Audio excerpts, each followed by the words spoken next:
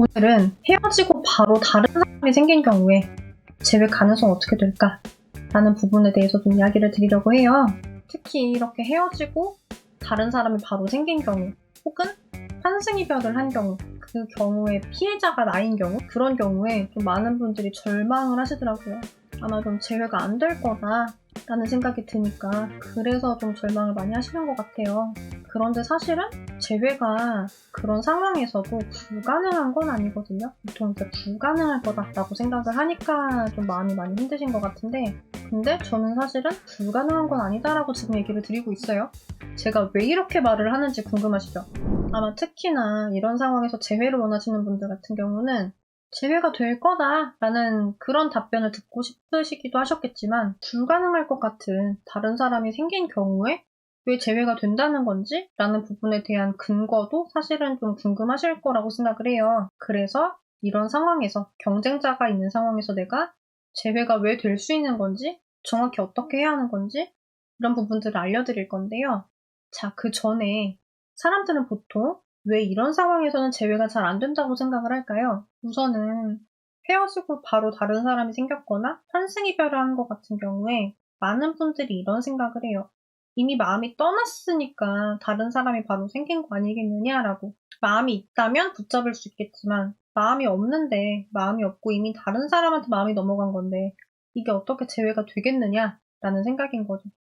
그리고 또 하나의 이유는, 이별을 하고 상대가 솔로로 남아있으면 외로워서라도 내 생각이 다시 날 수가 있는데, 근데 상대는 이미 데이트할 사람이 있는 거잖아요.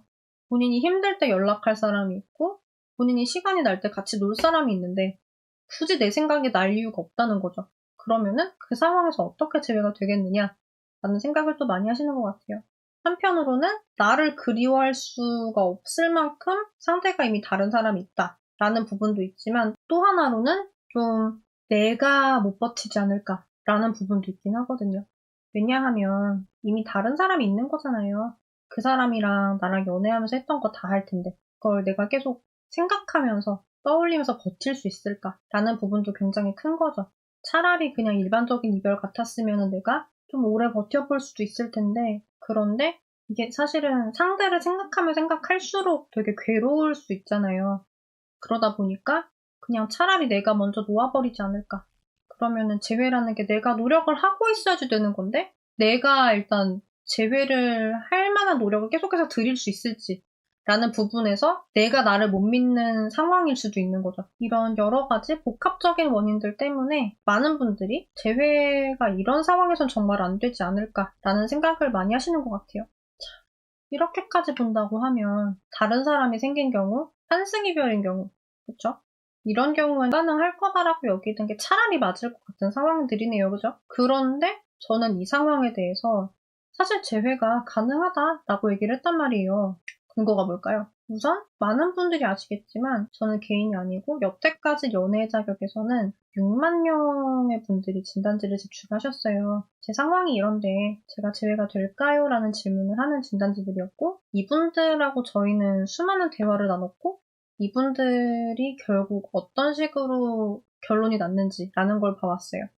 그 중에는 저희랑 상담을 했던 분들도 계시고, 상담을 하지 않았지만 재회를 했거나 한 분들도 계시고요. 그리고 이 모든 분들의 데이터를 봤을 때 사실 이 중에서 상대가 바로 새로 다른 사람이 생겼거나 환승이별을 하신 분들의 데이터도 있을 거잖아요. 이걸 다 봤을 때 저희 같은 경우는 만약에 재회 상담을 하러 오신다라고 하면은 진단을 해드려요. 지금 본인 상황은 재회 가능성이 몇 % 정도 된다. 그렇기 때문에 상담이 적절하다 적절하지 않다라는 걸 얘기를 드리거든요. 물론 이제 진단이 나오기 전에 저는 급상담을 받고 싶습니다라고 하시는 분들도 계시지만, 그런 경우에도 리스닝을 먼저 해보고 가능성을 알려드린단 말이죠. 그래서 만약에 25% 아래로 나오면은 이거는 좀 환불하시는 게 낫지 않을까요? 라고 저희가 먼저 권유를 해드리기도 하고요.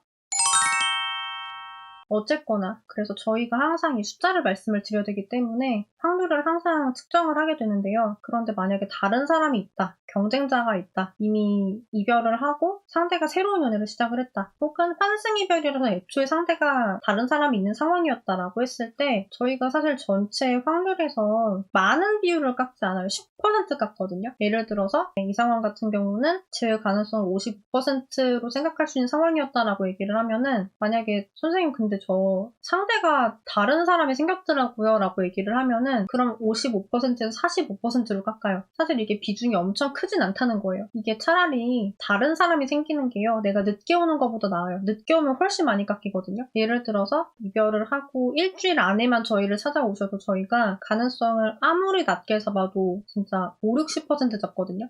그리고 보통은 70에서 90% 정도를 잡아드려요. 그런데 이 가능성이 여러분이 그 이별을 하고 한 달 이내 실버 타이밍 안쪽으로 오게 되시면은 거기서 이미 30에서 50%까지로 진단이 되거든요. 그러면은 최대치로만 계산을 한다고 하면은 90일 수 있었던 가능성이 50으로 떨어지는 거예요. 이게 이미 10%보다 높잖아요. 그래서 다른 사람이 생기는 것보다 중요한 게 내가 얼마나 이 문제 상황에서 빠르게 대처를 하느냐라는 부분이거든요. 상대분의 마음은 계속해서 변하게 돼 있는데 이별을 하고 나선 좋은 쪽으로 변하는 게 아니라 본인이 이별을 결심한 선택 자체를 합리화를 해야 되기 때문에 나쁜 쪽으로 자꾸 합리화를 하게 되거든요. 나는 잘 이별한 거야 라는 쪽으로 합리화를 하게 되는데 그 상황에서 내가 저 사람이 맞다라는 근거만 계속 주고 있는 건 좋지 않아요. 내가 가만히 있는 것도 근거를 주는 거거든요. 그런데 네가 이별을 결심했던 그 사람이 아니야라는 걸 보여주게 되는 순간 이 합리화 과정을 멈출 수가 있고 오히려 긍정적인 쪽으로 유도를 해낼 수도 있는 거거든요. 그렇게 해서 재회를 해나가야 되는 건데 그리고 사실은 내가 경쟁자보다 훨씬 좋은 사람이다라는 것만 각인을 시킨다고 하면 재회가 되는 거거든요. 사실 나랑 연애를 하고 나서 그냥 이성이 싫어졌다라고 하는 분들도 계실 수 있어요. 그러면은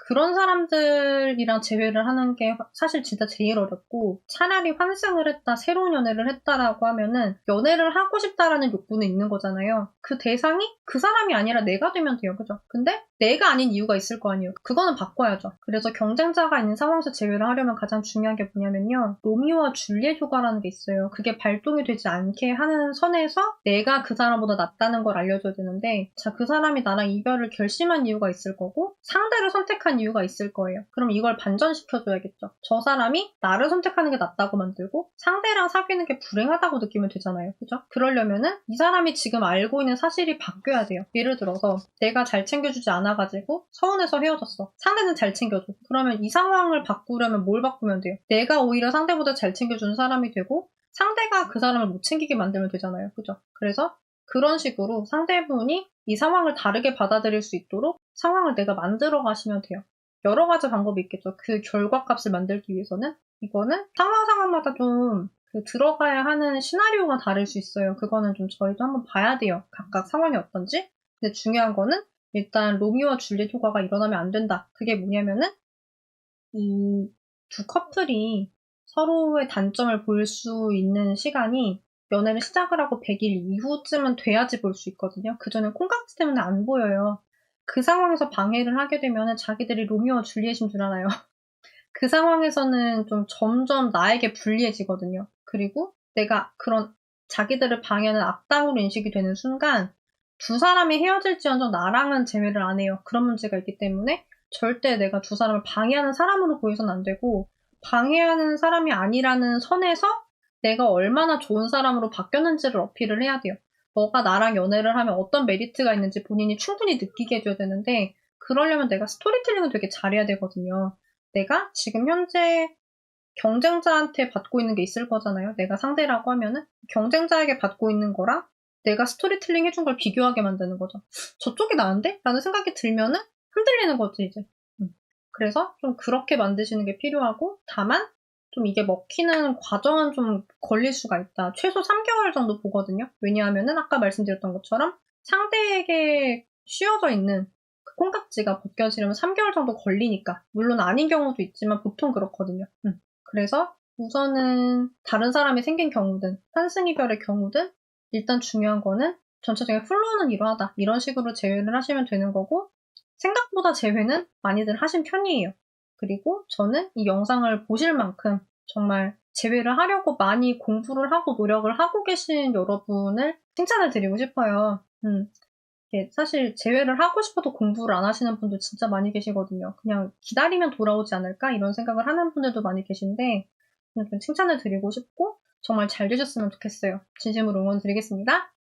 앞으로도 연애회사 대표 상담사로서 다양한 연애와 결혼, 이별, 재회 상황에서의 여러분의 대처력을 한껏 높여드리는 그런 영상들을 많이 만들어 드리려고 합니다. 오늘의 영상이 좋으셨다고 하시면 좋아요를 꼭 눌러주시고요. 여러분의 행복한 연애와 결혼 생활을 진심으로 응원드리겠습니다. 안녕!